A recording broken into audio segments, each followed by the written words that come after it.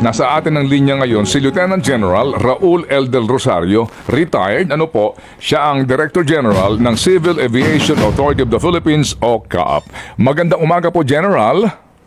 Magandang umaga po, Sir Ted. Magandang umaga po, Ma'am Serena. Ay, Maraming salamat po sa inyong paanyaya. Bumabati po ako sa ating mga tagapakinig. Ay, salamat po at mabuhay po, General.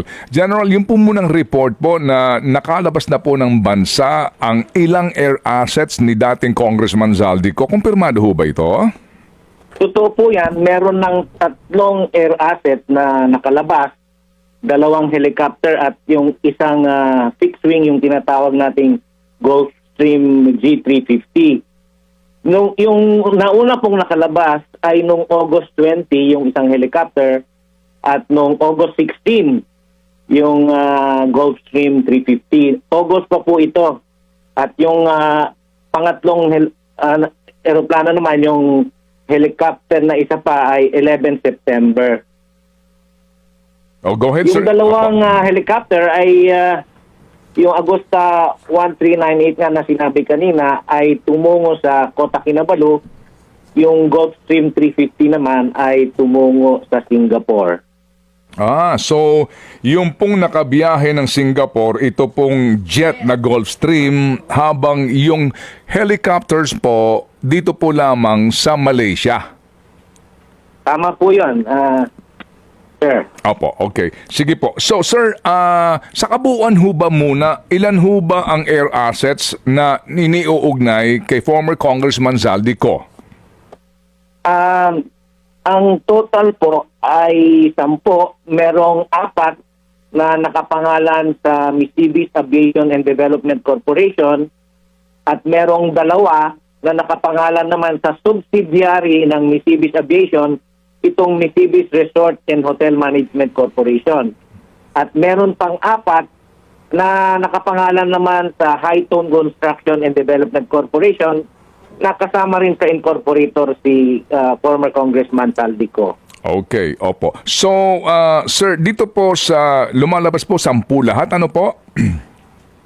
Tama po, yan Opo. po yung nasa aming record Opo. sa CAAC. Opo. Sa 10 pong ito, ang kumpirmadong nakalabas na po ng Pilipinas ay yung pong Gulfstream jet na nasa Singapore ngayon as we speak at yung pong 3 helicopter. 2 po, 2 helicopter. 2 lang na helicopter. Okay. Opo. Nasa saan po yung iba na mga air assets po, General? Ito pong iba ay nasa iba't ibang hangar dito sa Pilipinas. Nasa record po namin ay nasa Bicol hangar ng Misibis at meron din po kami, as far as our record is concerned, ay meron pang naririto sa Misibis hangar sa NAIA. Okay, opo. So, ito pong Gulfstream na ito sa Malaysia, saan po sa Malaysia mismo ito? Sa inyo pong informasyon na nakalap at paano po ang inyong pagsiguro na iyon ay hindi po maibebenta o maipupuslit palabas ng Singapore para maitago? Ito pong Gulfstream ay nasa Stelet. Nasaan po, sir? Medyo Ay nasa saan po? Seletar, Singapore po. Yung 2 po ay nasa Kota Kinabalu. Sandali po. Medyo tayo po nagchachapi lamang, General. I beg for your indulgence. Ano po? Nasaan po sa Singapore yung Gulfstream, sir? Yung Gulfstream po ay nasa Singapore. Sandali. Yung 2 Agosta 1390 ay parehong nasa Kota Kinabalu. Opo. Sandali po lamang, General. Nagpuputol-putol lang po tayo. Sana po, pagpasensyahan niyo po kami. Ayusin lang po namin po yung linya. Opo, para po maayos po ang ating ugnayan. Oo. Okay na ba ang ating linya? Kasi nga, cellphone po ang ating ginagamit. And as we all know, we are in the republic called the Philippines. And the cellphone and the cellular service is always at par. Habang inaantay natin siya, tama ba yung dinig ko? Ayan na, nandyan ulit. Ito. Okay. Confirm sorry natin po. ulit yung air assets. Sige. Sir, sorry po. Nag-ano lang ho tayo, puputol-putol. Gulfstream 350 po, nasaan sa Singapore, sir? Ayon po sa flight run na final nila nung umalis ay yung Gulfstream 350 nasa Seletar, Singapore. Yung 2 Agusta 1398 ay nasa Kota Kinabalu, Malaysia. Opo.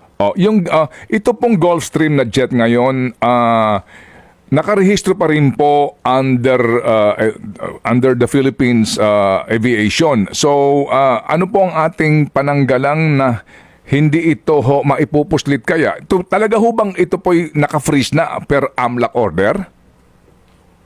As far as our record is concerned, we are monitoring itong mga movement ng mga aeroplanong ito, pero hindi po kami sure kung meron ng freeze order ang AMLA. Wala pa po kaming natatanggap na freeze order dito sa CAAP.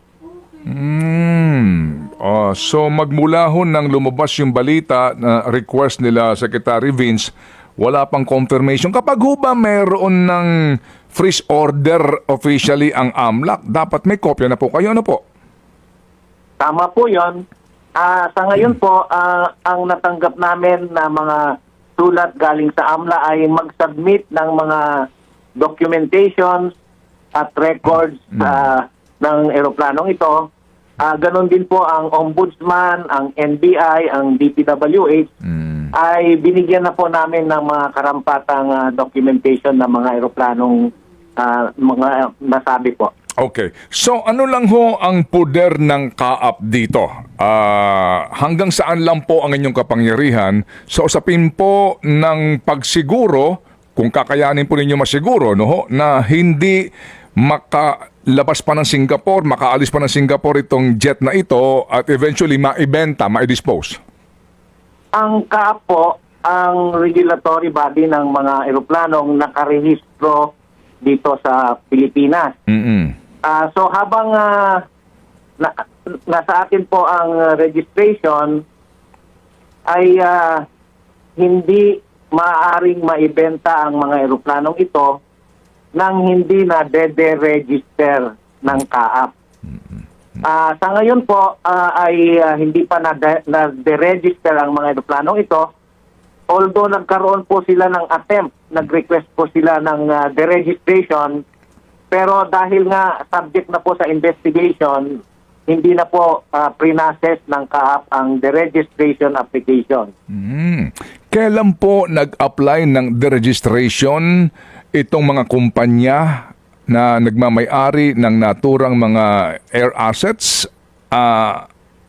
Sir, sa inyo pong opisina, kailan sila nag-attempt? Lahat ho ba nung 10 ay sinubukan na i-deregister? Hindi po. Yung 3 lamang po ang nag-apply for deregistration.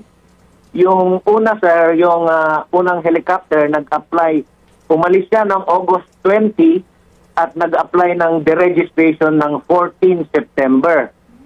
Yung Gulfstream umalis ng 16 August tungo Singapore at nag-apply ng deregistration noong 18 August. Yung isa pong helicopter na Agusta umalis noong September for Kota Kinabalu, nag-apply ng deregistration nitong 15 September.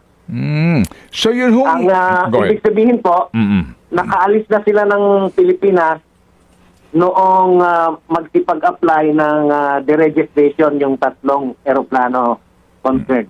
Opo. Yan ho bang deregistration process ay dapat personal na nilalakad sa CAAP?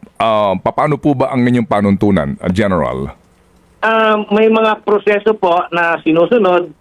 Unang-una, nag-a-apply ng letter of intent na gusto nilang magpa-deregister. Tapos, nag-fill up sila ng yung notarized application form na form ito po ng CAAP at kailangan notarized. Pinipresent nila yung original certificate of registration, original certificate of worthiness. May katibayan po, nabayad sila ng mga fees at saka yung sinasubmit din nila yung notarized deed of sale na original at saka clear sa lahat ng derogatory claims, liens, and encumbrances. Yan po yung mga hinihingi ng CAAP. Pagka nasubmit po nila yung kompletong mga requirements, ini-evaluate po ng CAAP, sini-check yung kung verification po ng mga signatures at authorization, At